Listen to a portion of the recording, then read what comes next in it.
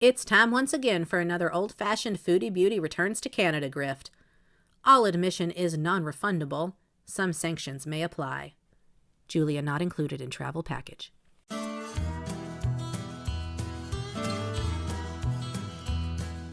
Hey y'all! Just like a panicked Foodie Beauty with a trio of eggs, I stayed home all alone just to bring you this content. International disaster tourist, travel vlogger Foodie Beauty, has grown predictably weary of life in Syria as the Canadian conga line of holidays approaches. However, Chantal's plans to reach the Great White North in time for the return of the KFC Nashi Halloween costumes and a traditional holiday bees depend on you. That's right, Beezers, it's time to pony up and get your queen home to Canada, where she definitely totally plans to stay put. Foodie initially announced in the flood of beg streams she's posted that Julia would accompany her to Canada, but has since backtracked and declared it best that Julia stay with Salah in Syria. Though she really does want to take her, y'all. This development has been met with understandably mixed reviews from haters and beezers alike. On the one hand, most folks are pretty glad Julia isn't being subjected to a long international flight in a cargo hold and a lifetime with Chantal. On the other hand... Now, to be fair, Salah is affectionate with Julia, on camera at least, and Julia doesn't seem to despise him like she does her mom. But I'm not convinced he's going to remain a doting cat dad once Chantal is out of the picture and the live streams click off for good. You can certainly agree to disagree with me here, but consider this. This is the same man who is there through all of Julia's heats, trying to ignore it and hide it from the audience, just like Chantal. He was there through the spaying recovery that went bad because neither of them could be bothered to follow vet's orders and keep the damn cone on her. He also couldn't be bothered to clean their hamster's woefully undersized cage for several weeks at a time while Chantal was in Thailand huffing cheese weenies and chicken skin.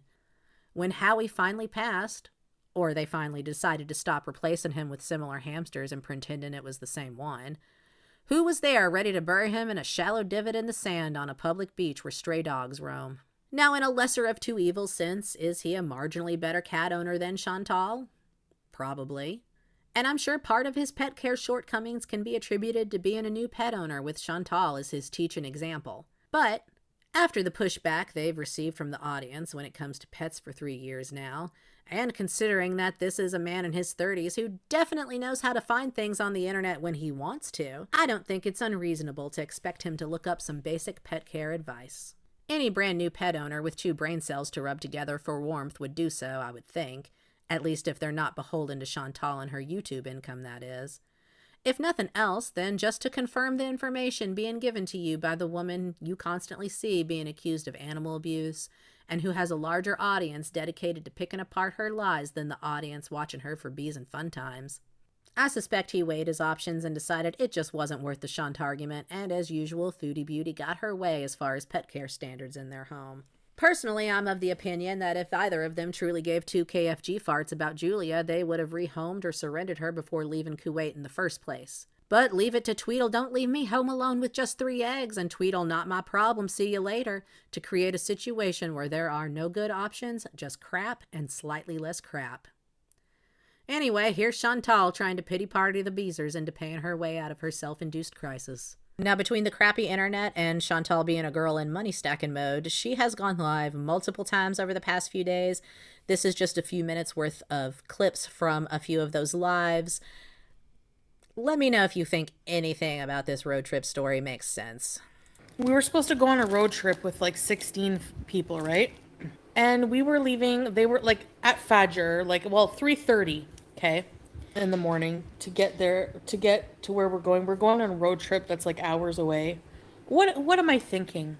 It would be kind of like there would only be like 2 vehicles, so a bunch of people would be piled into ours for hours and hours. And doing things with huge amounts of people is normal here. Nobody understands panic attack.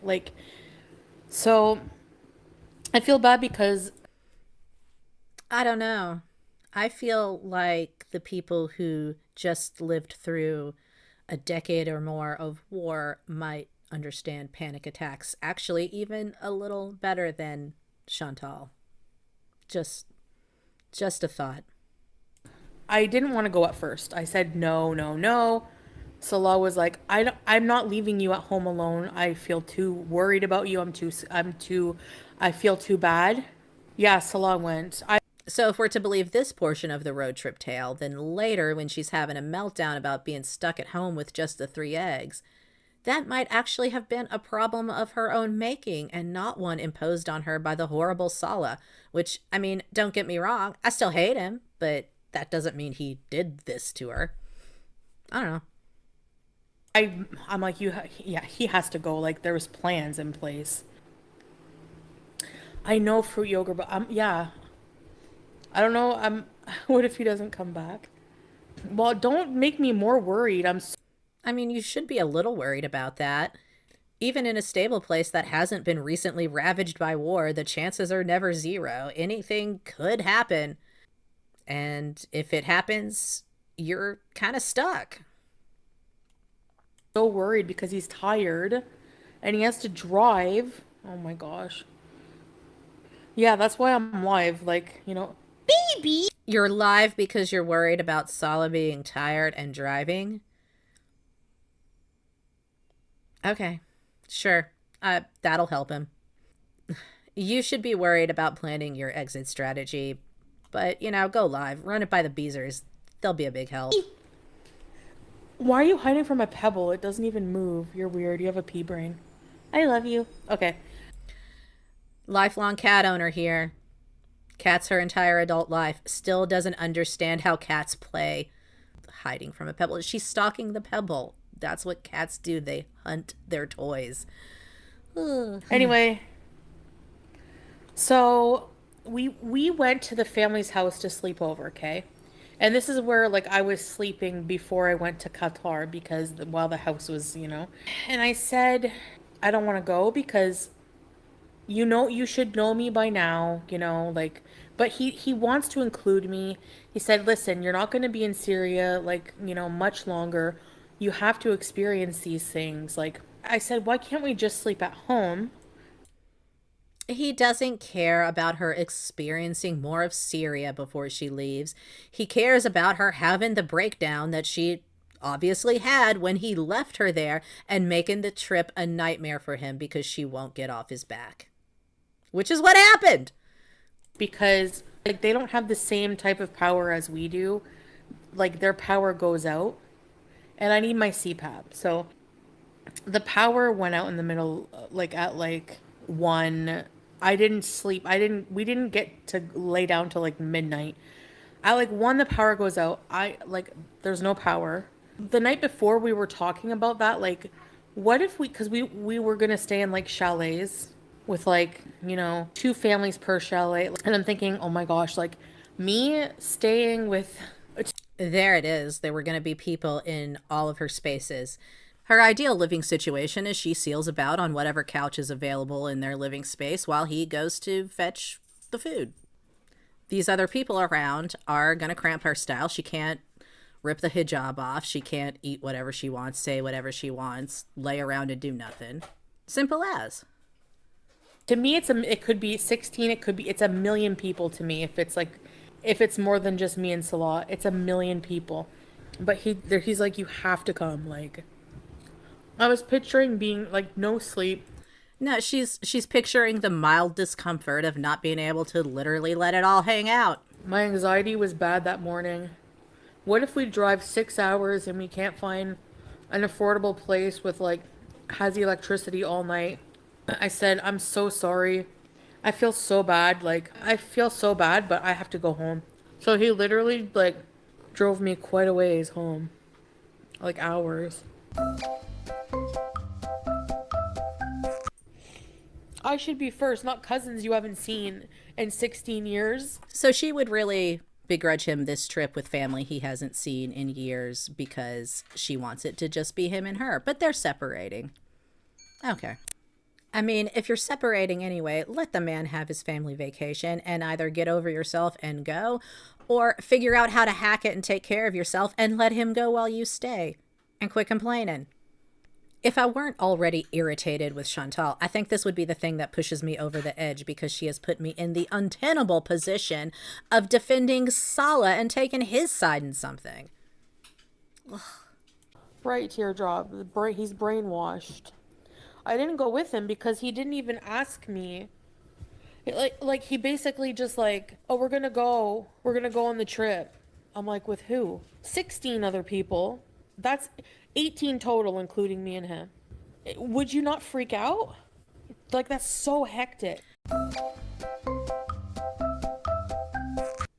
I'm just very mouthy sometimes. I think it's starting to wear on him.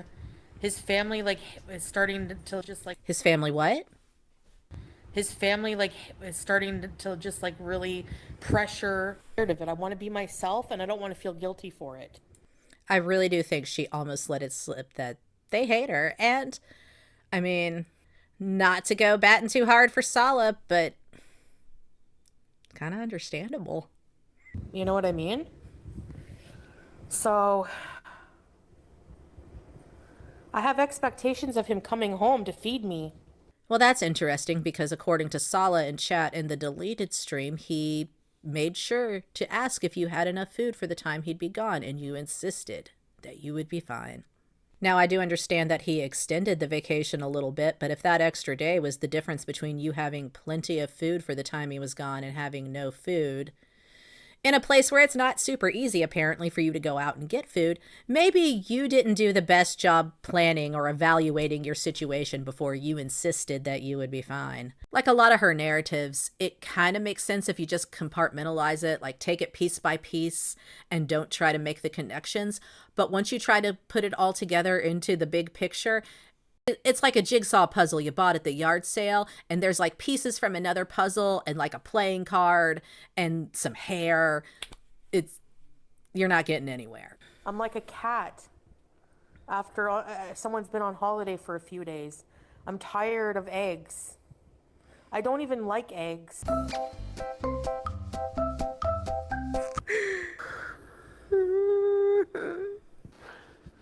You literally threatened my life.